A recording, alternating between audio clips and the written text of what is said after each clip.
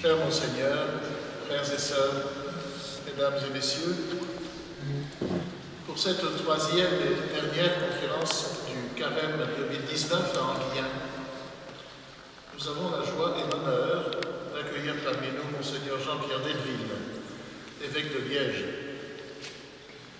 liégeois d'origine, licencié en histoire de l'Université de Liège, premier prix d'orgue du Conservatoire de Liège, et alors intéressé par nos orgues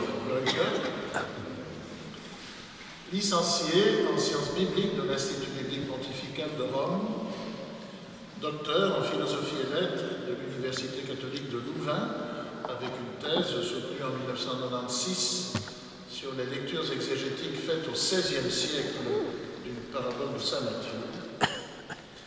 Monseigneur Delville, érudit donc, et longtemps professeur à la faculté de théologie de l'Université catholique de Louvain, a toujours été aussi proche de la communauté Sant'Egidio à Rome. C'est, si je ne me trompe, dans leur église romaine qu'il fut ordonné diacre en 1978. Communauté Sant'Egidio dont on sait l'engagement pour les causes internationales.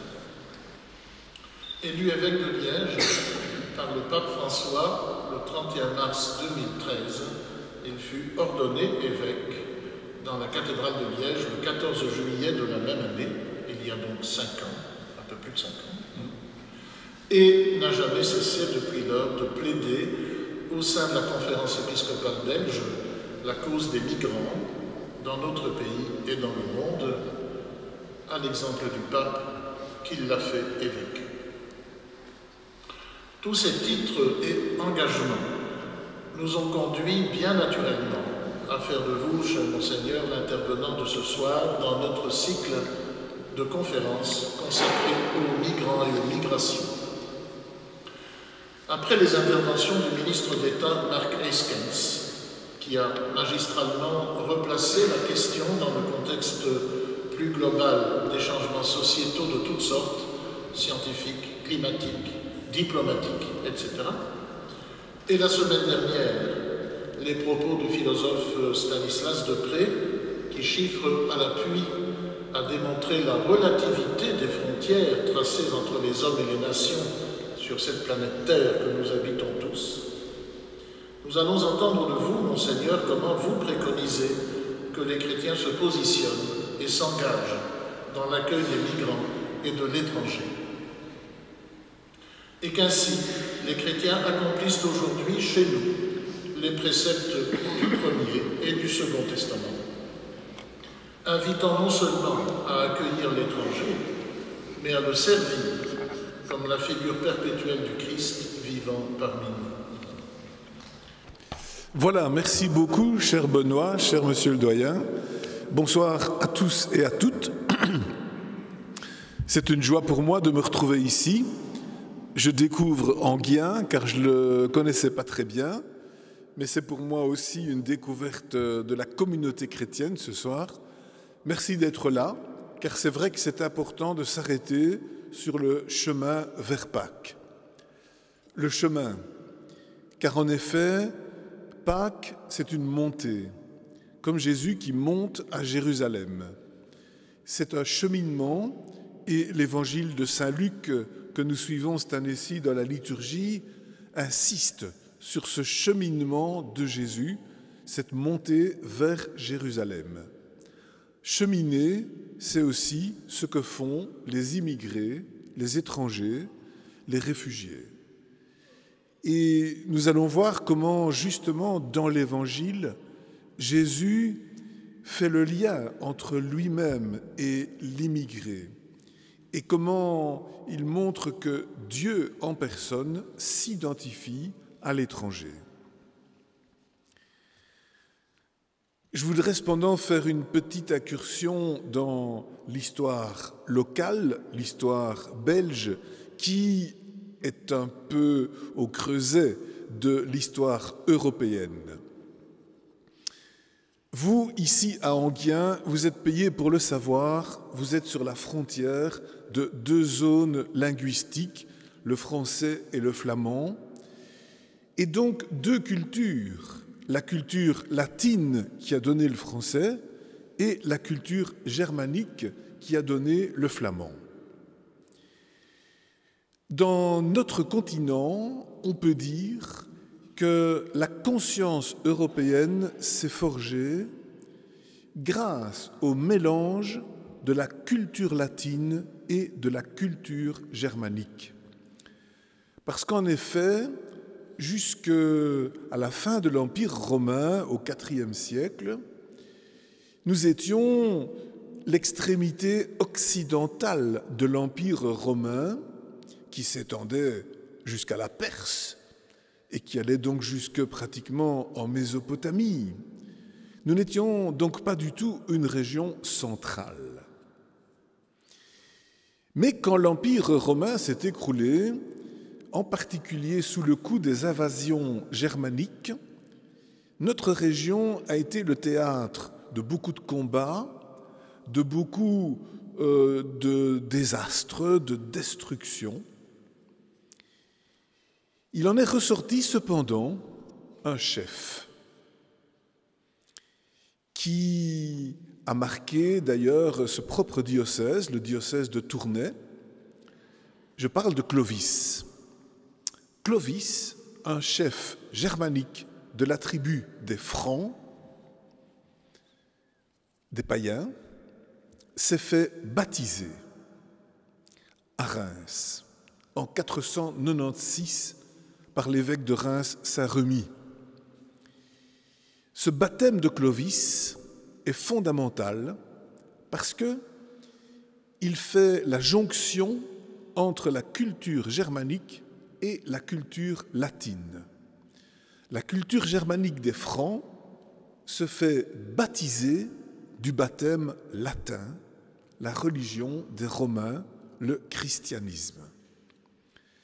Clovis avait même choisi le christianisme catholique, parce que les Francs, qui étaient païens, auraient pu choisir le christianisme arien, comme d'autres tribus franques l'avaient fait. Les Burgondes, qui avaient envahi l'est, le sud-est de la France, qui a pris leur nom, la Bourgogne, les Burgondes s'étaient convertis au christianisme arien. Le christianisme arien ne reconnaît pas la divinité de Jésus. Pour le christianisme arien, seul le Père est Dieu, le Christ est un homme un peu exceptionnel, mais n'est pas Dieu. Par contre, les Francs se sont convertis au christianisme catholique. Le christianisme catholique, qui est aussi celui du pape, insiste sur le fait que le Christ est Dieu. Vous allez me dire, pour nous qui sommes catholiques, c'est un peu banal de dire ça. Mais réfléchissez-y, ça n'est pas banal du tout. Un condamné à mort, un type qui a été exécuté sur une croix qui est une potence, un gibet, un condamné face à un tribunal, et donc, autrement dit, un véritable rejet de la société, comme on trouve dans nos prisons, on vous dit que Dieu, c'est ça. C'est quand même déstabilisant. Or, pour les chrétiens, Dieu, c'est ce qui se passe en Jésus. Dieu, ce n'est pas une idée de ce qui existe dans les cieux. Dieu, ce n'est pas une abstraction lointaine. Dieu, personne ne l'a vu, sauf celui qui a vu Jésus. C'est ce que nous dit Saint Jean l'évangéliste. Donc, en Jésus, il se dit Dieu, il se dit l'absolu. Bien sûr, pas seulement par sa mort comme condamné sur la croix, mais aussi par sa vie comme être humain, son témoignage et ses paroles. Et puis sa vie, c'est aussi pour nous sa résurrection. Ça ne s'arrête pas avec sa mort. Eh bien, cette foi-là, qui est une foi audacieuse, une foi paradoxal, pas spécialement raisonnable. Cette fois-là, Clovis l'a choisi pour sa nouvelle foi en se faisant baptiser. Ceci a tellement frappé sa population franque que petit à petit, tout le monde s'est fait baptiser. On a découvert que cette foi était au fond plus forte, plus profonde, plus vraie que la religion traditionnelle païenne des Francs. Il y a eu cette conviction qui, cependant, n'était pas une conviction évidente dans un peuple qui favorise la hiérarchie du chef. Parce que vous le savez, les germaniques insistent sur le chef. Le chef, c'est le chef. Donc, Dieu devrait être le chef. Mais il meurt sur une croix. C'est un drôle de chef.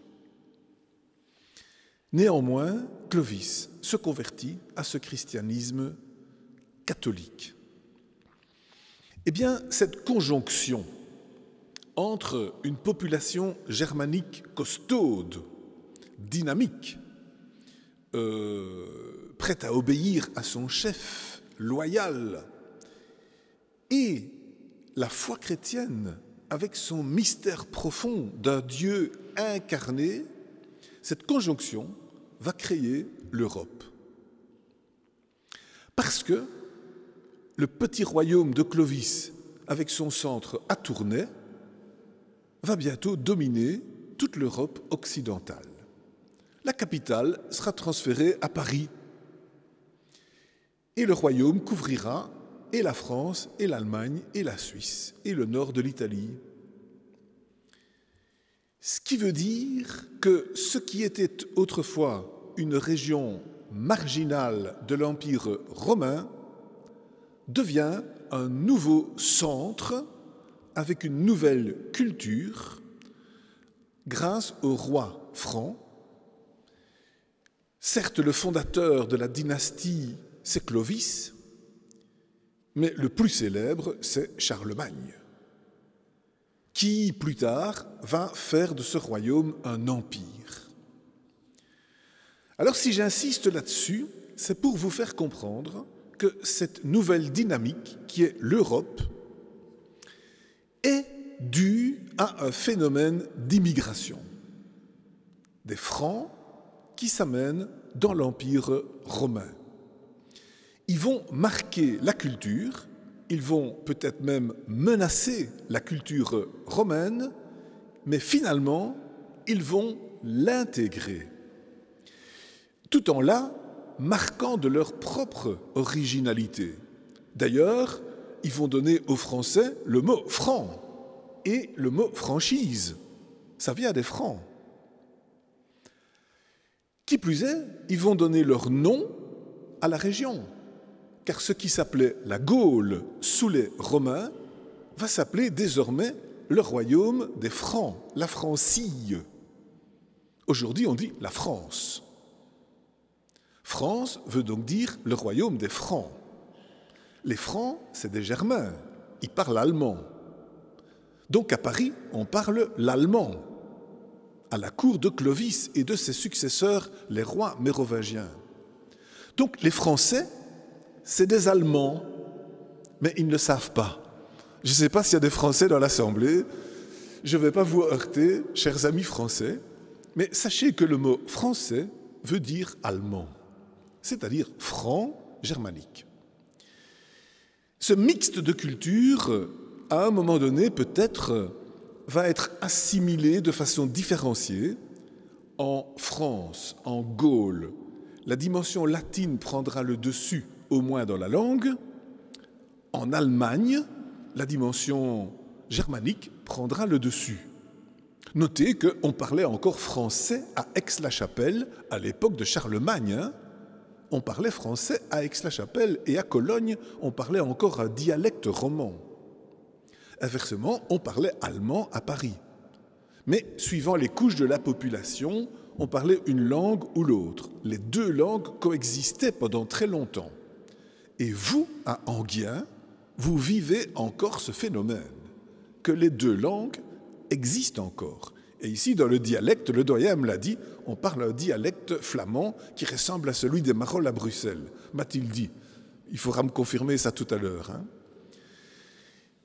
Voilà, j'insiste donc sur ce sujet pour vous montrer que la culture européenne et la civilisation européenne sont le résultat d'un jumelage culturel dû à l'immigration des Francs et, par conséquent, la conséquence d'une rencontre entre natifs, entre indigènes et immigrés. Encore aujourd'hui, nous savons qu'il y a un certain charme d'avoir des ancêtres d'une autre nation. Quand on a des Français dans sa famille, on est toujours fier.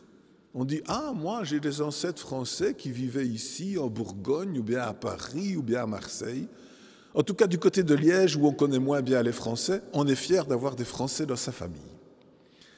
C'est toujours un signe, si vous voulez, de culture. C'est donc la signification, l'allusion au fait que être étranger, c'est aussi une qualité. On est content, on est fier d'avoir des autres nationalités dans son histoire familiale. Maintenant, ce n'est pas toujours évident sur le terrain. Et nous le savons, dans la situation actuelle, l'étranger n'est pas toujours bien reçu. J'y viendrai dans un instant, mais je voudrais faire d'abord une petite incursion dans la Bible. Parce qu'il n'y a pas que l'histoire locale qui valorise le rôle de l'étranger, il y a aussi tout simplement l'histoire biblique. L'histoire biblique commence par Abraham. Abraham venait de Our, en Chaldée, donc l'actuel Irak, et petit à petit s'est établi sur la demande de Dieu dans la terre de Canaan, le futur État d'Israël. Donc, Abraham a vraiment vécu comme un étranger. Il le dit dans la Genèse chapitre 23, « Je suis chez vous un étranger et un résident ». Et il valorise cette dimension-là pour justifier l'achat d'un petit lopin de terre afin d'enterrer sa femme Sarah. Il n'est donc pas là en conquérant, mais tout simplement en étranger respectueux des lois de la terre de Canaan.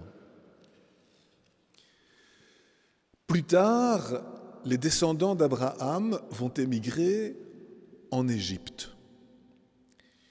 C'est les fils de Jacob qui vont aller en Égypte. Toute la Genèse nous raconte pourquoi. Il y avait une famine, une nécessité, et finalement, Jacob envoie ses fils en Égypte. Le peuple d'Israël va prospérer en Égypte. Au départ, il est même accueilli par Joseph, un des fils de Jacob, qui est devenu un intendant du pharaon d'Égypte. Donc, l'histoire d'Israël, du peuple hébreu précisément, ça va être une histoire d'immigrés en Égypte. Accueillis, favorisés et en quelque sorte intégrés. Et puis il y aura le renversement de situation, l'exploitation du peuple hébreu par les Égyptiens et la volonté de sortir d'Égypte. Ça, c'est l'aventure de Moïse. Moïse qui entend la révélation de Dieu dans le buisson ardent et qui découvre que Dieu est transcendant, qu'il n'est pas visible, qu'il n'est pas une idole, et en même temps qu'il est actif. Dans le buisson ardent, en effet, Dieu se découvre à Moïse avec une formule célèbre « Je suis celui qui suis » ou « Je serai celui qui sera ». Donc, l'idée d'un Dieu mystérieux, invisible, actif, présent. Et quand Moïse a reconnu cette identité de Dieu, il entend alors le message de Dieu qui est « Va, fais sortir mon peuple d'Égypte ». Dieu est en même temps un libérateur. Et grâce à l'appui de Dieu, le peuple hébreu va sortir d'Égypte et se retrouver dans cette terre de Canaan. Cependant, il gardera toujours le sentiment qu'il a été pendant des siècles étranger en Égypte et donc qu'il doit accepter l'étranger dans son nouveau territoire, dans cette terre de Canaan que Dieu lui donne. Dieu est donc celui qui libère le peuple de l'esclavage et qui lui donne un nouvel espace. En même temps, Dieu fait prendre conscience que le peuple était étranger et doit accueillir dorénavant l'étranger. Dans la loi de Dieu proclamée au Sinaï, dans le code de sainteté, outre les 10 commandements, il y a « Tu accueilleras l'étranger comme toi-même ». Donc, dans la conscience d'Israël, il y a cette conscience fondamentale d'être un étranger et que Dieu est un Dieu qui protège l'étranger. La Pâque, c'est l'exode, la sortie d'Égypte, le passage vers la terre promise, et c'est donc une expérience de migration, d'émigration. La fête que nous allons fêter est une fête d'émigrés. C'est le passage de l'esclavage à la liberté, c'est la traversée du désert, mais c'est en quelque sorte une expérience d'être étranger, certes de découvrir une nouvelle terre, mais aussi d'avoir la mission de respecter pour toujours l'étranger au milieu de soi. Jésus lui-même a beaucoup insisté sur l'accueil de l'étranger. Dans l'évangile de Matthieu, il y a la phrase célèbre « J'étais un étranger et vous m'avez accueilli ». Matthieu 25, 35. « J'étais nu et vous m'avez habillé ». Dieu s'identifie donc à l'étranger. Jésus, qui prononce cette phrase dans le cadre de la vision du jugement dernier, s'identifie à l'étranger. Dans les paraboles célèbres de l'évangile de Luc, l'étranger est celui qui est le héros de la parabole, la vedette. Prenons le bon samaritain. N'oublions pas qu'un samaritain, c'est un étranger mal vu, un étranger hérétique. On aurait dit pendant la guerre chez nous un boche. C'est un nom péjoratif, samaritain. Donc, c'est l'étranger mal considéré qui, cependant, va secourir le pauvre juif blessé sur le chemin. Le héros de l'amour du prochain, pour Jésus, dans cette parabole, c'est un étranger. La femme samaritaine que Jésus rencontre au puits de Jacob, c'est une étrangère. Mais c'est elle qui va devenir missionnaire, découvrir que Jésus est un prophète et l'annoncer autour d'elle. Donc, dans les évangiles et dans les paraboles, la dimension du samaritain, c'est la dimension de l'étranger. L'épisode célèbre qui conclut l'évangile de saint Luc, ce sont les disciples d'Emmaüs. Les disciples d'Emmaüs, ce sont des gens qui sont sur la route et donc qui sont en quelque sorte en chemin et qui perçoivent Jésus comme un étranger. Dans la traduction latine de l'Évangile, Jésus est appelé un peregrinus, c'est-à-dire un étranger, par les disciples d'Emmaüs. Et c'est en cheminant avec cet étranger que ceux-ci vont découvrir la foi. La découverte de Jésus ressuscité se fait par la bouche de celui qui apparaît comme un étranger. Jésus donc insiste sur le sens de la valeur de l'étranger et sur le rôle qu'il joue dans la découverte de la foi elle-même. Saint Paul va, dans l'Église primitive, opérer aussi une réconciliation entre le juif et le païen, c'est-à-dire entre le natif et l'étranger. Dans les communautés où saint Paul prêche, ce sont d'abord des juifs qu'il contacte, mais petit à petit, il se rend compte que les étrangers sont plus intéressés que les juifs au message de Jésus. Et en fin de compte, il se rend compte que ces étrangers qui participent à la communauté primitive sont totalement croyants et pourtant n'ont pas respecté les pratiques juives, n'ont pas été circoncis, ne vont pas dans le temple ou dans les synagogues, ne font pas des repas cachers. Et donc, Paul va susciter une rencontre dans l'Église primitive, on appelle ça l'Assemblée de Jérusalem, pour discuter sur l'accueil des étrangers dans la communauté. Paul est en faveur de l'acceptation, je dirais, sans condition des étrangers. Saint Jacques est, inversement, dans la position d'accueillir ces étrangers à condition qu'ils se fassent circoncire et observent les coutumes juives. Il y a la gauche et il y a la droite. Il y a les libéraux, saint Paul, et il y a les conservateurs, saint Jacques. Et puis il y a saint Pierre qui se met au milieu, qui fait le centre, et qui va aider à résoudre le problème.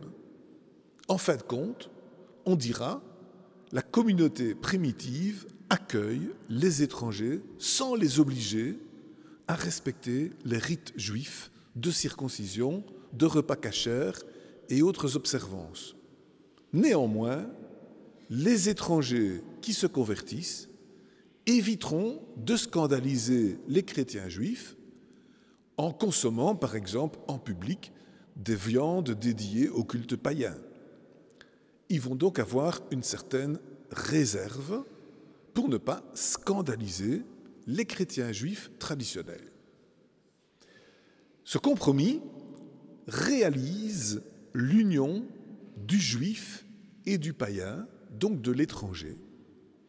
Et l'Église primitive va se caractériser par ce groupe de personnes dans lequel on peut aussi bien être un juif traditionnaliste qu'un païen sans habitude religieuse, mais on se retrouve tous dans la foi en Jésus.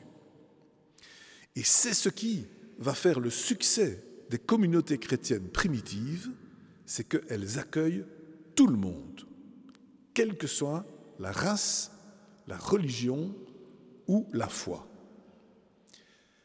Et c'est pourquoi saint Paul dira « il n'y a plus ni juif ni païen ». Il ajoutera même « il n'y a plus ni l'homme ni la femme », c'est-à-dire la distinction ou la suprématie de l'homme sur la femme. Il n'y a plus l'esclave et le maître. Tout le monde est égal. La communauté chrétienne est un laboratoire des droits de l'homme, où l'étranger a la même valeur que le résident et où le païen a le même accueil que le religieux juif. Et c'est un peu ça qui va produire l'essor du christianisme, même dans les communautés juives réparties dans tout l'Empire romain, parce que de nombreux juifs auront au fond tendance à devenir chrétiens. Ou des personnes proches du judaïsme vont se convertir à la foi chrétienne plutôt qu'au judaïsme. Parce que le christianisme offre cette égalité des différentes races. Voilà donc comment, dans notre foi, il y a à la racine cet accueil de l'étranger. Je résume, dans l'Ancien Testament, par l'expérience d'Israël, chez Jésus, par son accueil de l'étranger, spécialement du Samaritain, et chez saint Paul et la communauté primitive, par le mélange des différentes religions et des différentes cultures. C'est pourquoi notre foi nous pousse vraiment à un accueil profond de l'étranger. Et ce n'est pas vraiment un hasard si, en Europe, le latin s'est finalement entendu avec le germain, malgré des siècles d'opposition. C'est parce que le germain est devenu chrétien. Et avec la coupole, on pourrait dire, chrétienne, les anciens ennemis sont devenus des amis. Et les amis sont devenus un nouveau peuple, le peuple européen. Il y a eu une conscience européenne qui s'est vraiment forgée sous la coupole du christianisme. C'est donc important que nous aussi, aujourd'hui, on soit sensibles à cette dimension dans notre Église, dans notre société. Et c'est pourquoi le pape François insiste énormément sur l'accueil de l'étranger. Vous savez que le pape François provient d'une famille d'immigrés, immigrés italiens en Amérique latine, en Argentine. Je crois que ce sont ses grands-parents, si je ne me trompe, qui étaient encore italiens. Et donc, il sait ce que c'est qu'être un étranger, il sait ce que c'est l'expérience de l'immigré. Dans le monde d'aujourd'hui, avec la libéralisation des moyens de transport, avec les médias qui vous donnent des images du monde entier, c'est beaucoup plus facile d'émigrer et c'est donc aussi beaucoup plus une réalité concrète. Dans sa lettre pour le Nouvel An, la journée mondiale de la paix 1er janvier, le pape avait intitulé cette lettre en 2018 « Les migrants et les réfugiés, des hommes et des femmes en quête de paix ». C'est une lettre assez célèbre, si je puis dire, où le pape François donne sa théologie de l'immigré. Il l'a reprise avant-hier au Maroc. Si vous avez entendu sur les médias le discours du pape au Maroc, eh bien, il a insisté sur cet accueil de l'étranger. En effet, le Maroc accueille beaucoup d'étrangers originaires d'Afrique subsaharienne. Ou encore des étrangers passent par le Maroc pour arriver dans le continent européen. Ou encore des Marocains vont à l'étranger, comme nous en connaissons ici en Belgique et plus encore en Allemagne. Et donc, le Maroc est un peu une plaque tournante de l'immigration et c'était important pour le pape de valoriser cette dimension de l'accueil de l'étranger dans ce royaume marocain. Reprenant donc sa présentation du 1er janvier 2018, le pape disait « Je veux encore une fois rappeler les plus de 250 millions de migrants dans le monde, dont 22 millions sont des réfugiés. » Donc il insiste sur le fait et des migrants en général et des réfugiés pour raisons politiques en particulier. Ils sont disposés, ajoute le pape, à subir la fatigue et les souffrances, à affronter les clôtures de barbelés et les murs dressés pour les tenir loin de leur destination. Mais nous, avec un esprit miséricordieux, nous voulons embrasser tous ceux qui fuient la guerre et la faim, ou ceux qui sont contraints de quitter leur terre à cause des discriminations, des persécutions, à cause de la pauvreté ou de la dégradation de l'environnement. Accueillir l'autre exige un engagement concret, une chaîne d'entraide et de bienveillance. Et c'est pourquoi le pape a alors structuré cette dimension de l'accueil en 4 verbes qu'il a repris donc avant-hier au Maroc: accueillir, protéger, promouvoir, intégrer. Il y a une progression. Accueillir, c'est le premier accueil. C'est par exemple donner l'hospitalité. C'est donner une possibilité d'avoir des papiers. Nous savons combien en Belgique ces dimensions-là sont nécessaires. À Bruxelles, autour du parc Maximilien, pas mal de personnes ont donné l'accueil, par exemple pour une nuit, à des étrangers de passage. Donner des papiers, ça signifie accompagner dans les formalités. Beaucoup de personnes, et en particulier des chrétiens et des associations chrétiennes, aident des immigrés à avoir les papiers en règle. C'est l'accueil. Protéger. Protéger, c'est en particulier éviter l'exploitation des étrangers. Par exemple, la prostitution. Je pense, dit le pape, aux femmes et aux enfants qui se trouvent dans des situations où ils sont plus exposés aux risques et aux abus. Or, Dieu ne fait pas de discrimination. Le Seigneur protège l'étranger, il soutient la veuve et l'orphelin.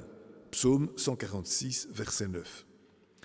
Donc, protéger, c'est une dimension active pour permettre à la personne d'être protégée des dangers qui la menacent. Promouvoir. Promouvoir, c'est en particulier aider à être éduqué pour ce qui est des enfants, à apprendre la langue pour ce qui est des enfants ou des adultes. C'est aider à être assimilé à une culture locale, à être en tout cas accepté par cette culture locale. Et enfin, intégrer, ça signifie aider à donner un travail, aider à donner éventuellement une nationalité, à avoir un domicile fixe, et ainsi de suite. Donc le pape insiste sur ces 4 mots, ces 4 verbes qui signifient 4 étapes dans l'accueil des étrangers. Je crois que notre pays fait sans doute pas mal, mais souvent l'opinion publique est réticente. Vous savez qu'en Flandre en particulier, il peut y avoir pas mal d'opposition. N'empêche que les réalisations sont parfois plus fortes en Flandre qu'en Wallonie. Par exemple, quand nous avons ouvert l'an dernier les couloirs humanitaires pour accueillir 150 réfugiés syriens, grâce à l'Église catholique et à ses paroisses, la Flandre en a accueilli beaucoup plus que la Wallonie.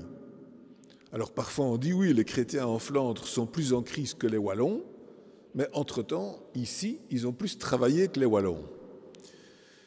Ça veut dire qu'il est important de trouver des manières concrètes d'accueillir. Dans ce cas des couloirs humanitaires, nous avons voulu, comme Église catholique, montrer qu'on peut aussi accueillir des personnes fragilisées, c'était le cas de ces 150 personnes, problèmes de santé, problèmes de famille, accueillir donc des personnes fragilisées avec une préparation de l'accueil grâce à des communautés chrétiennes qui s'engagent pour aider à cet accueil. Le diocèse de Tournai a accueilli pas mal de familles et donc dans ces paroisses où on a pu accueillir les familles, des gens se sont mis ensemble pour aider telle famille d'étrangers, par exemple, à apprendre le français, pour aider la famille à acquérir ses papiers. Certes, les papiers étaient promis, puisque l'accueil se faisait de manière officielle, mais il faut quand même évidemment faire les démarches. Troisièmement, aider les familles à fréquenter les soins de santé quand c'est nécessaire, aider ces familles à être soignées. Donc, des communautés chrétiennes se sont engagées en première personne pour l'accueil de ces étrangers. C'était très important de valoriser cela parce que ça allait contre l'idée que la population belge est réticente ou encore que c'est l'État qui doit tout faire et c'est les services publics qui font tout. C'est aussi une démarche personnalisée qui est importante. Et pas simplement de personnes qui sont arrivées par leurs propres moyens au péril de leur vie, mais aussi des personnes à qui on a permis d'arriver de manière légale avec des documents en règle, un appartement prévu et une communauté qui les accueille en s'organisant à l'avance.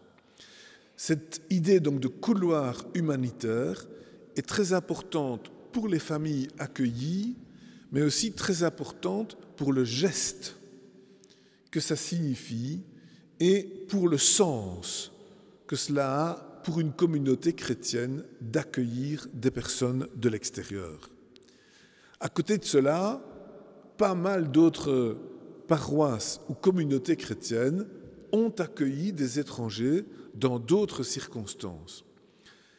C'est très important de le faire, comme je vous le disais, c'est dans le sens de notre foi, de l'essence de la foi chrétienne, et c'est un peu aussi dans le sens de l'histoire contemporaine, puisque les transports sont désormais beaucoup plus faciles qu'autrefois. La Comessé, qui est la commission regroupant les épiscopats de l'Union européenne, a aussi valorisé cet accueil des étrangers dernièrement en engageant les pays à souscrire au pacte global de l'ONU sur les migrations, qui devait être signé et qui fut signé à Marrakech. Et vous savez que c'est sur cet événement-là que le gouvernement belge est tombé.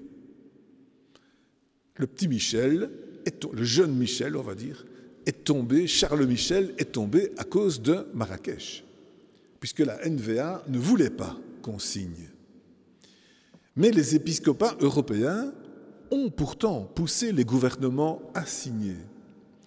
L'épiscopat belge a fait une démarche auprès du Premier ministre en demandant qu'il aille signer le pacte global de l'ONU pour les migrants, parce que c'était l'option des catholiques dans le monde entier. C'est une demande explicite du pape et c'est un véritable travail que le pape a demandé à toutes les conférences épiscopales de tous les pays du monde, c'est d'aller trouver leur Premier ministre pour leur demander de signer. C'est du véritable lobbying que le pape François a fait faire aux évêques. Donc nous, en Belgique, on l'a fait. Et on a réussi, puisque le Premier ministre a signé. Mais entre-temps, il est tombé. Ça l'a fait tomber. Donc ça veut quand même dire que notre pays n'est pas toujours favorable. On verra l'avenir. Mais l'important, c'est de faire des pas. C'est de dépasser les appréhensions, les peurs, les oppositions. Vous avez compris par les 2 conférences précédentes combien l'apport des étrangers dans notre pays n'est pas un apport menaçant. Au contraire, nous découvrons combien, dans nos pays européens, on a besoin d'avoir de nouvelles forces vives pour beaucoup de métiers pour lesquels il y a peu de Belges disponibles. Regardez les infirmières dans les hôpitaux. C'est important d'avoir les infirmières étrangères. Et je pourrais multiplier les exemples. C'est tout simplement un phénomène naturel. À chaque époque, des sociétés se renouvellent par la présence d'étrangers. il y a une compensation qui se fait entre le dynamisme de l'étranger et la sagesse d'une population indigène. Chacun apporte quelque chose de son expérience et ça crée une culture renouvelée.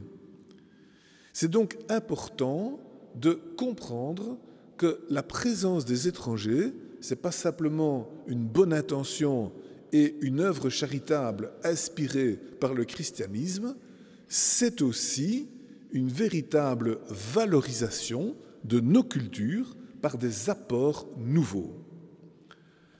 J'étais frappé de lire dans la Libre Belgique, publicité non payée, d'avant-hier, toute une page sur l'immigration au Portugal. Le Portugal accueille de plus en plus d'étrangers et est tout content d'avoir des étrangers supplémentaires. Parce qu'il manque de main-d'œuvre et grâce aux étrangers, le Portugal retrouve un nouveau dynamisme. Pourtant, vous me direz, il y a beaucoup de migrants portugais à l'étranger.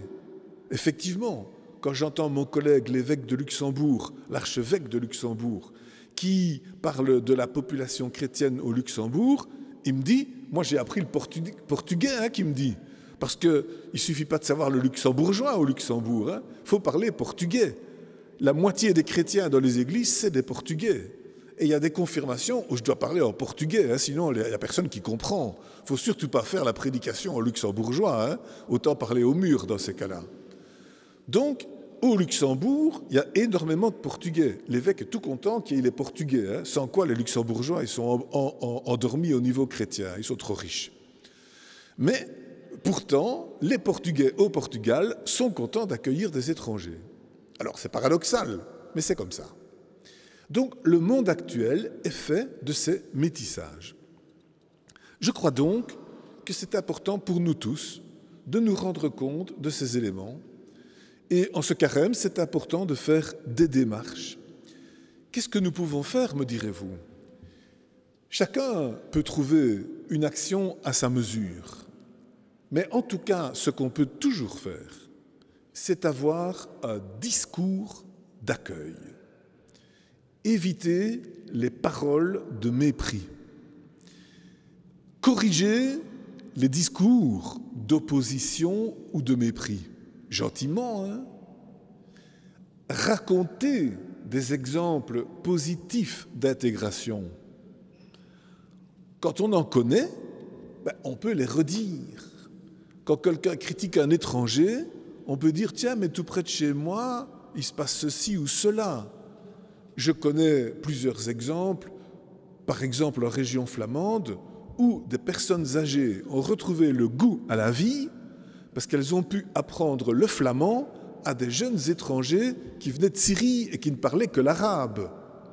Et la personne âgée qui n'avait rien à faire entre ces quatre murs et qui se disait « moi je ne sers plus à rien et à personne », subitement, elle accueille un jeune arabe pour lui apprendre le flamand. Et elle retrouve la joie de vivre. Ça, c'est des exemples très concrets de ce qu'on peut faire et ce sont des exemples qu'on peut raconter qui servent aussi à assainir, en quelque sorte, l'opinion, je dirais, publique pour un discours en faveur des étrangers. Donc tout ce qui est du discours, c'est important aujourd'hui parce que l'opinion publique est énormément importante pour le monde politique. Et les discours, ça peut même passer par les nouveaux médias et les Facebook et tout ce que vous voulez. Donc ça, c'est une chose. Une autre chose qu'on peut faire, bien sûr, c'est quand on a l'occasion, c'est d'accueillir une famille, c'est de rendre un service, comme je l'ai dit, pour ces communautés paroissiales qui ont accueilli des familles d'étrangers et ont accompagné les personnes pour des formalités dans notre pays. Il y a des paroisses où des familles ont prêté un appartement ou une maison pour 6 mois ou pour 1 an pour accueillir une famille étrangère.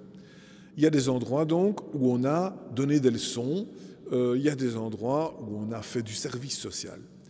Donc, peu importe la manière, mais il y a de toute façon des possibilités qui s'offrent. Et si on n'a pas l'occasion de les mettre en œuvre personnellement, je trouve qu'il est très important de les répercuter dans nos propos, dans nos discours. Et c'est là que nous contribuerons à assainir l'opinion publique et à lui donner cette dimension chrétienne importante qui est au cœur de notre foi. L'inverse est vrai aussi. Vous savez que quand il y a eu le génocide rwandais en 94, et donc malheureusement nous fêtons les 25 ans cette année-ci, je dis malheureusement parce que c'est un mauvais souvenir, ce génocide a été préparé par des discours sur les radios locales au Rwanda qui s'inspiraient des discours méprisants qu'on pratiquait en Belgique entre flamands et wallons. Des vieux documents qui accusent le wallon de ceci ou le flamand de cela ont été apportés au Rwanda, ont été augmentés, évidemment répercutés et ont été remis à jour là-bas. Et finalement, les mots que nous avions utilisés, nous, pour gentiment nous moquer des Flamands ou les Flamands des Wallons, ont servi là-bas pour tuer des Hutus ou des Tutsis. Ça veut dire que le discours de mépris, qui peut-être ici est vu sous l'angle de l'humour ou tout simplement, on va dire, de l'ironie, peut être ailleurs porteur d'un venin qui conduit au génocide. Et donc il faut créer l'inverse. Il faut créer l'antidote, c'est-à-dire le discours d'acceptation, de valorisation, le discours qui, en quelque sorte, contribue à l'accueil de l'étranger. Eh bien voilà, chers frères et sœurs, je crois qu'en ce moment de carême, cette réflexion, c'est aussi pour nous une invitation à la conversion. Chacun de nous est invité à se poser la question, et moi, qu'est-ce que je fais? Qu'est-ce que je peux faire? Comment est-ce que je peux être actif autour de moi pour valoriser l'accueil de l'étranger? Comment est-ce que je puis être fidèle à ma foi et aussi être, je dirais, à la pointe de l'actualité en étant proactif dans l'accueil de l'étranger? Cette question, elle nous est posée personnellement, elle nous est posée en communauté, et en tout cas, c'est une question qui nous met en mouvement vers Pâques. Et en nous posant la question, nous cheminons à notre tour vers Pâques. Nous sommes un peu comme les disciples d'Emmaüs, avec un étranger à nos côtés, sans toujours le savoir, mais nos cœurs sont brûlants parce que nous entendons une parole qui nous encourage, qui nous réconforte, qui ouvre notre cœur et qui nous donne la joie. Merci pour votre écoute.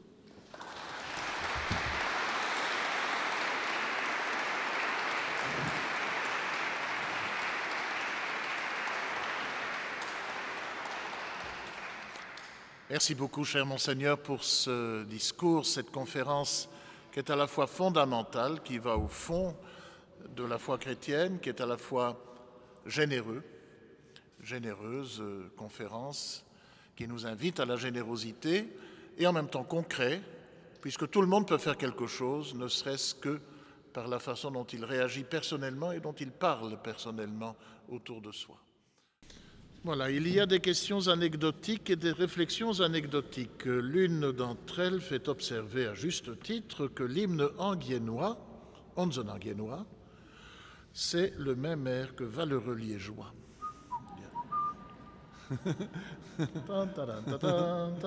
C'est comme ça.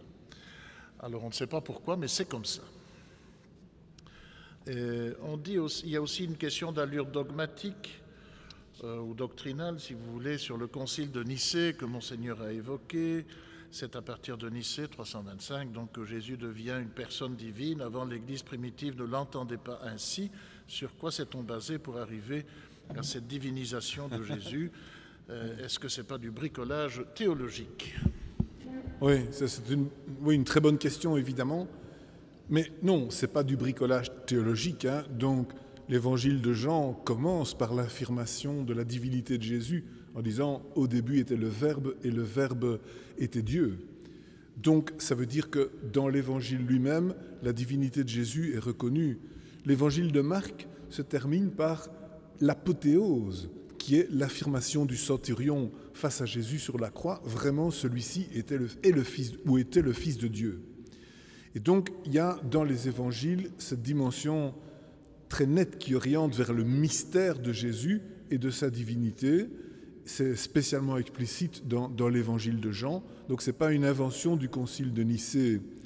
Donc pour ça, c'est important de se dire que le concile de Nicée, en 325, certes, il a formalisé la dimension de Trinité dans une définition officielle, mais elle est déjà présente dans les évangiles. Dans l'évangile de Matthieu, chapitre 28, Jésus dit « Allez enseigner toutes les nations en les baptisant au nom du Père et du Fils et du Saint-Esprit ». Donc cette dimension-là, trinitaire, est déjà présente dans l'évangile de Matthieu. Donc voilà, je pense qu'il ne faut pas croire que le concile de Nicée a inventé la notion de Trinité, mais c'est vrai qu'il l'a formalisée en disant en particulier que le Christ était de même nature que le Père, consubstantiel au Père, homoousios en grec. Et donc ça, c'est ce que nous disons encore au credo dans la messe. Ça, c'est un mot du concile de Nicée pour formaliser quelque chose qui était déjà présent. Une autre question qui est un peu anecdotique aussi et historique. Pour replacer la femme dans l'Église, il eût été important d'évoquer, dit-on, le rôle de Clotilde dans la conversion de Clovis. Oui, c'est aussi une très bonne remarque. C'est vrai que j'aurais dû le dire et je vais m'habituer à le dire finalement. Parce que dans la tradition mérovingienne et donc franque, la femme a un rôle fondamental qui s'est perpétué pendant des siècles grâce aux institutions fondées par les femmes. Les femmes ont celles qui ont fondé les premiers monastères en Belgique. Sainte Gertrude à Nivelles, qui est arrière-grand-tante de Charlemagne, a fondé le monastère qui est devenu aussi la ville de Nivelles. Sainte Vaudru à Mons, qui est de grande famille franque, a fondé le monastère de Sainte-Vaudru, qui est devenu rien d'autre que la ville de Mons. Et Sainte-Bège a fondé le monastère de Andenne, qui est devenu la ville d'Andenne. Et il y en a d'autres encore. Les femmes dans la dynastie franque et dans les tribus mérovingiennes ont vraiment un rôle très très important qui, comme je vous dis, a marqué toute l'histoire ultérieure. Parce que les chapitres de femmes, donc les collégiales de femmes, comme la collégiale Sainte-Vaudru à Mons ou la collégiale Sainte-Gertrude à Nivelles, se considéraient comme le sommet de la hiérarchie ecclésiale locale. Madame l'abbesse nomme les curés. Il ne faut pas croire que c'est l'évêque qui nomme les curés. C'est l'abbesse qui dirige. Et la ville de Mons est dirigée par Madame l'abbesse, qui plus tard, bien sûr, va transmettre ses pouvoirs d'une part au comte et d'autre part au bourgmestre. Mais il n'empêche que la base est quand même dans la personne de l'abbesse et de la communauté des femmes. Et ça, je crois que c'est quelque chose dont on doit quelque part s'inspirer aujourd'hui encore. C'est encore le cas à Anguien. Ah oui.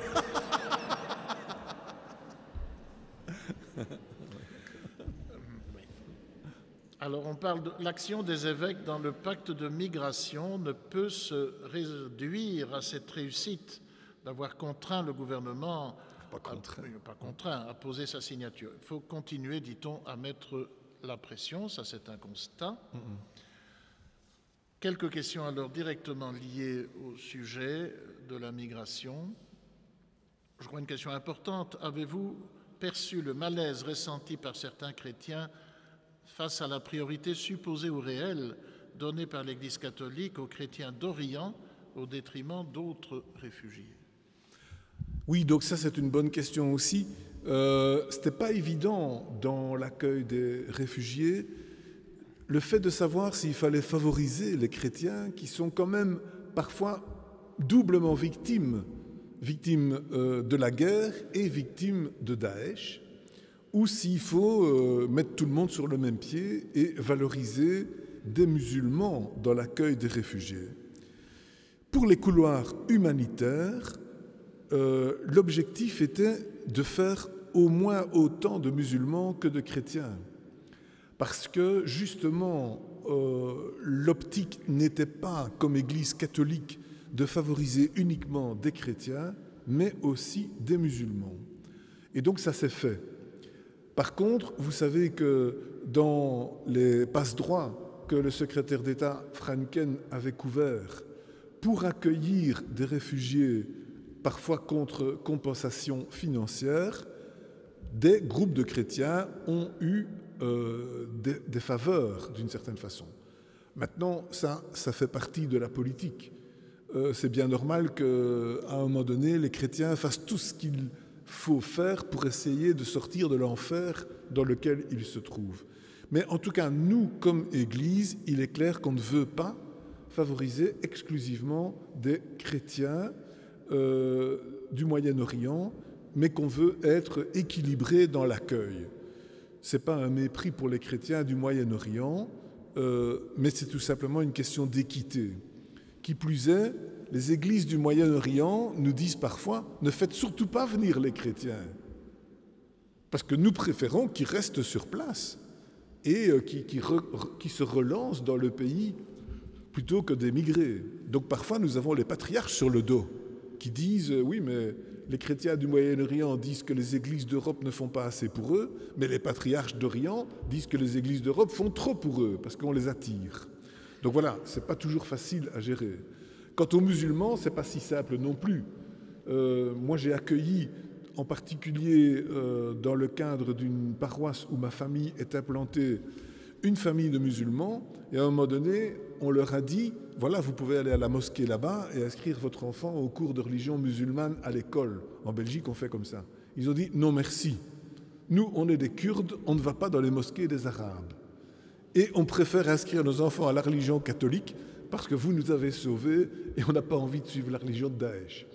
Donc voilà. Donc même dans ceux qu'on croit musulmans, il y a parfois des nuances qu'on n'imagine pas. On dit ici, ça c'est une remarque qui vient ponctuer ce que vous venez de dire, parler de Dieu avec des chrétiens d'Orient ou des musulmans est d'une richesse inouïe. Ils ont beaucoup à nous apprendre. C'est vrai que les uns et les autres ont des choses à nous apprendre, alors ils sont parfois très polémiques entre eux, c'est sûr. Moi, j'ai un très bon ami qui est chrétien melkite libanais, il ne faut pas lui parler des musulmans, il tape dessus à tout bout de champ. Par contre, il est dentiste, et sa plus grande clientèle, c'est les musulmans du quartier, dont l'imam, et il les soigne très bien, il ne leur fait pas des crasses. Et donc, dans les paroles, il discute, mais il adore discuter avec les musulmans, en leur disant « votre Mahomet a dit ça, mais il a aussi dit ça, vous vous contredisez ». Il connaît leur islam beaucoup mieux que eux, parce que souvent les musulmans ne connaissent pas nécessairement très bien leur Coran. Par contre, les chrétiens du Moyen-Orient, ils ont étudié le Coran, eux, ils savent ce qu'il y a dedans et ils savent ce qui fait mal dans le Coran. Donc, ils sont capables de, entre guillemets, polémiquer ou en tout cas faire des objections. Et donc, ils nous apprennent aussi beaucoup parce qu'ils nous aident à comprendre un peu de l'intérieur l'islam grâce à la pratique de la langue arabe qu'ils ont, et nous n'avons pas la pratique de l'arabe. Et donc, c'est bien de discuter avec les chrétiens d'Orient aussi sur l'islam, parce qu'ils connaissent l'islam de près, si vous voulez. Donc, en ce sens-là, voilà, le dialogue est important. Le dialogue n'est jamais terminé, mais je dirais qu'il ne faut pas avoir peur de l'entamer. Figurez-vous qu'il y a à peine un mois, j'étais invité par l'association des musulmans de la province de Liège à intervenir à un colloque qu'ils organisaient sur théologie musulmane et sciences humaines. Donc, ils voulaient faire une confrontation entre l'apport des sciences humaines, psychologie, sociologie, histoire, d'une part, et la théologie musulmane et le Coran d'autre part. Donc je suis intervenu volontiers, j'ai dit, écoutez, dans le christianisme, l'apport des sciences humaines, surtout au début du XXe siècle, a été très conflictuel. Nous avons eu la crise qu'on appelle moderniste, parce que l'histoire mettait en question les récits de la Bible. Jusque-là, on vous plaçait la création en 4000 avant Jésus-Christ. Mais depuis qu'on a fait les découvertes sur l'origine, que sais-je, de l'univers, on a vachement reculé dans les dates. On n'est plus à 4000 avant Jésus-Christ, on est à des millions d'années. Donc, ça veut dire que l'histoire ou les sciences physiques ont mis en question la lecture littérale de la Bible.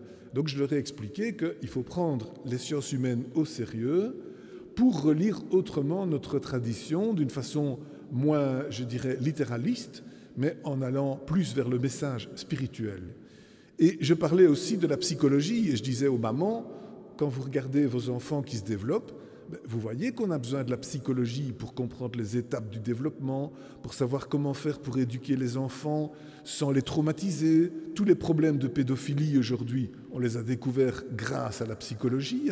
S'il n'y avait pas eu la psychologie, on continuait des pratiques terribles qu'on a pratiquées pendant des siècles en croyant que c'était anodin, dans toutes les couches de la société, dans toutes les religions et dans toutes les choses, pas que l'Église catholique.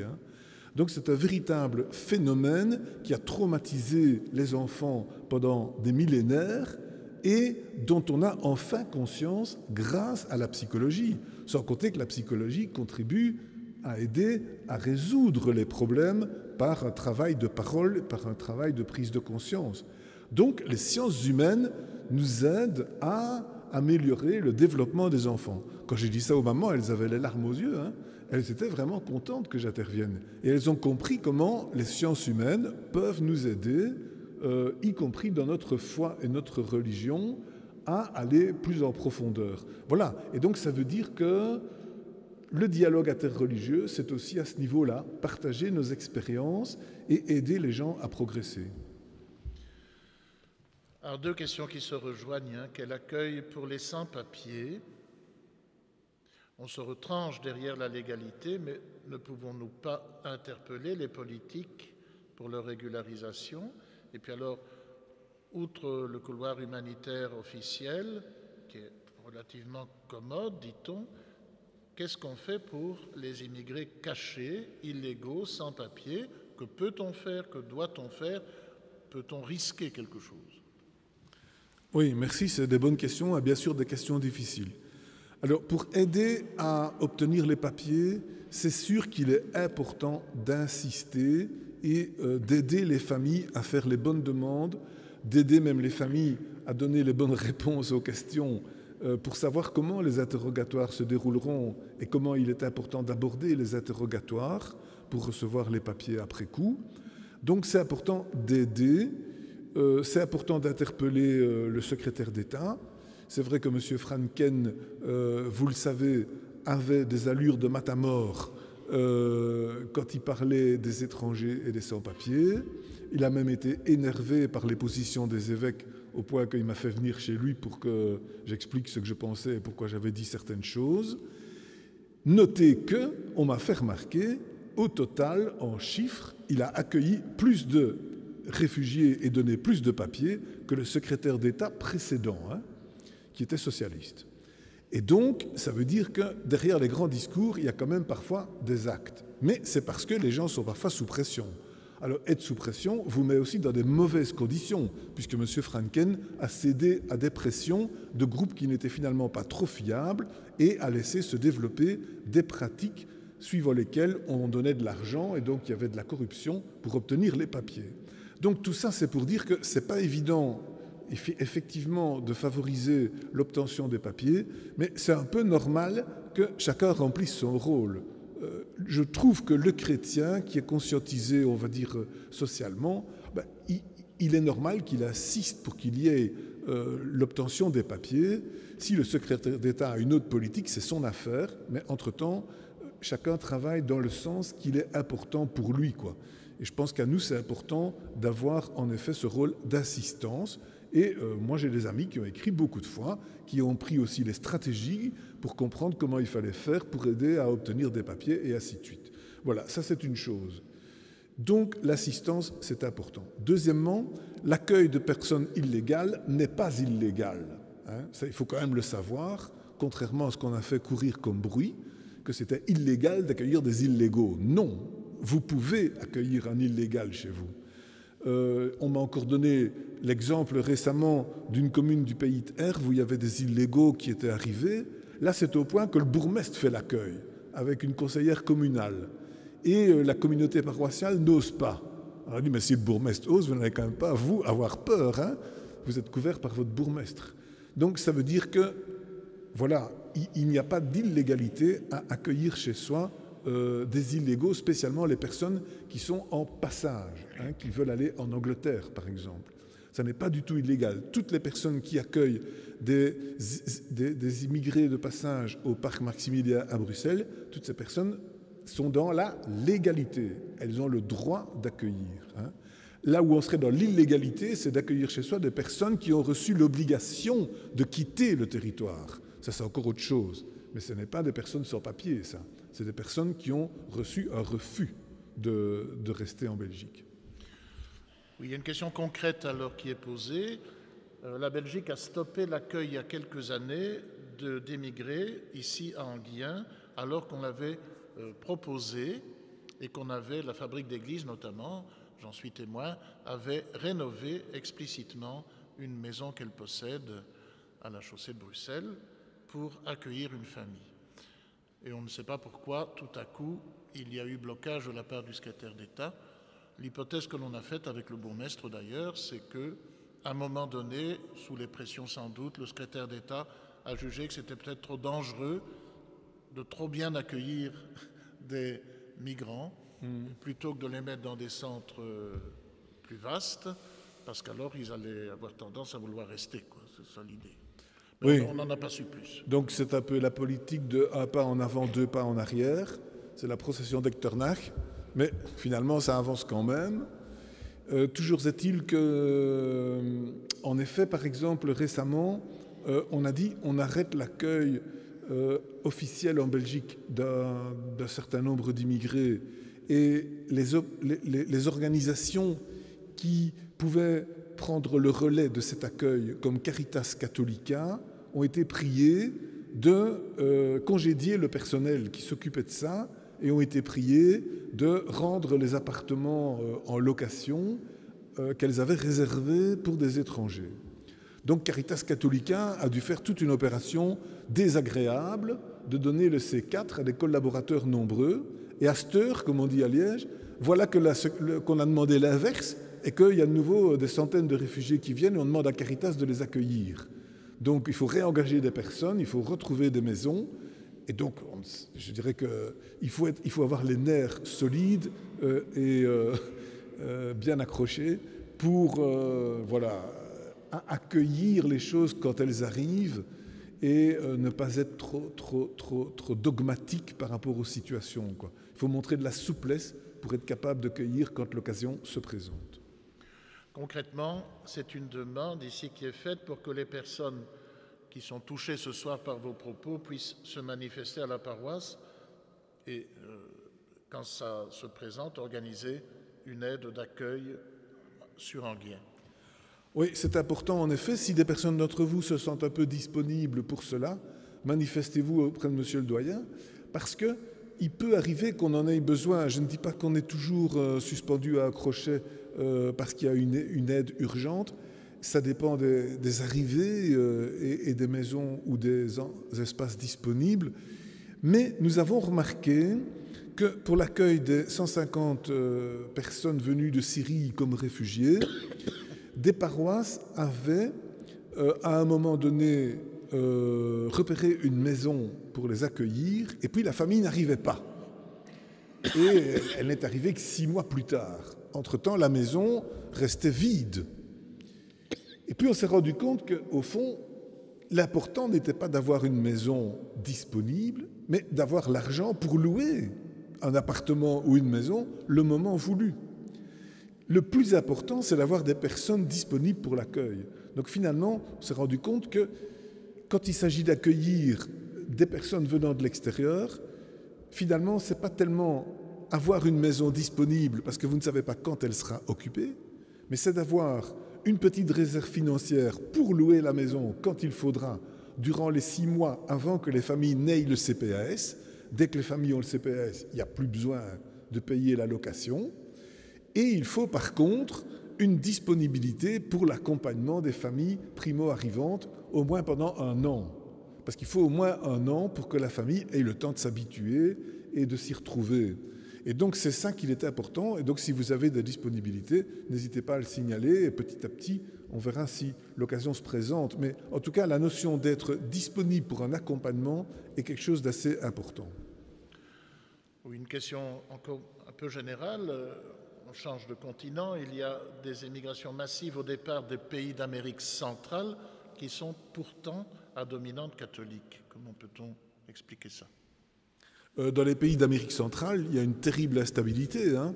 Vous avez vu ce qui s'est passé au Nicaragua. On a encore parlé à la radio tout à l'heure. Donc le régime sandiniste, qui était un régime théoriquement de gauche, devient un régime répressif. Il y a une étudiante belge qui s'appelle Mademoiselle Coppens qui est en prison parce qu'elle a participé à une manifestation d'opposition. Il y a 600 étudiants qui sont prisonniers pour avoir manifesté. Donc le Nicaragua, qui paraissait, comme on dit, un pays progressiste, apparaît vraiment comme une dictature. L'Église catholique a beaucoup souffert. Il y a eu des prêtres assassinés. Malheureusement, dans des pays d'Amérique centrale, il y a beaucoup de problèmes de trafic de drogue et par conséquent, beaucoup d'assassinats dus à la corruption liée à la drogue.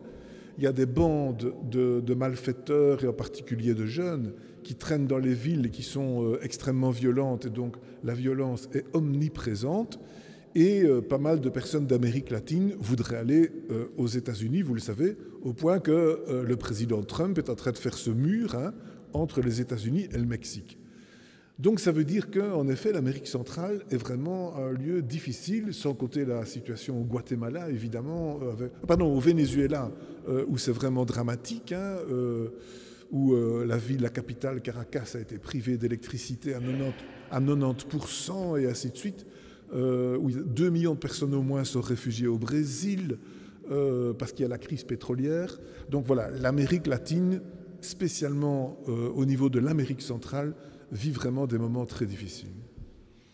Et puis une dernière réflexion, qui n'est pas une question, qui nous ramène vers les femmes, c'est que dans la généalogie du Christ, si je ne me trompe pas, en tout cas c'est la généalogie de saint Matthieu, il y a, dit-on, truffé d'étrangères, on dit. C'est pas truffé, il y a quelques étrangères, et de surcroît prostituées. Elles ne le sont pas toutes, mais c'est vrai que celles que Matthieu a sélectionnées comme femmes dans la généalogie, vous savez, un tel engendre un tel engendre, et de temps en temps on a un tel engendre un tel, de une telle. De temps en temps on a la maman, et c'est souvent une étrangère. Donc il y a 5 femmes en situation irrégulière dans la généalogie du Christ selon Matthieu. C'est ça.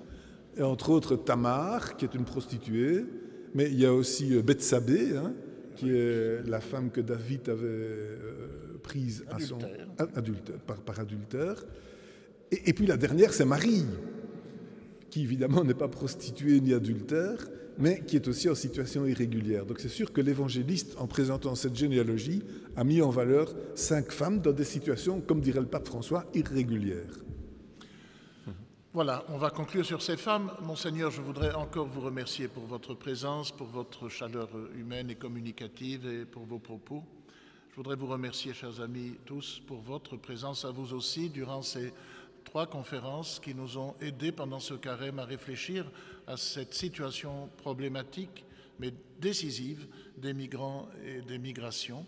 Et c'était une manière de vivre ici, dans notre doyenné, notre carême.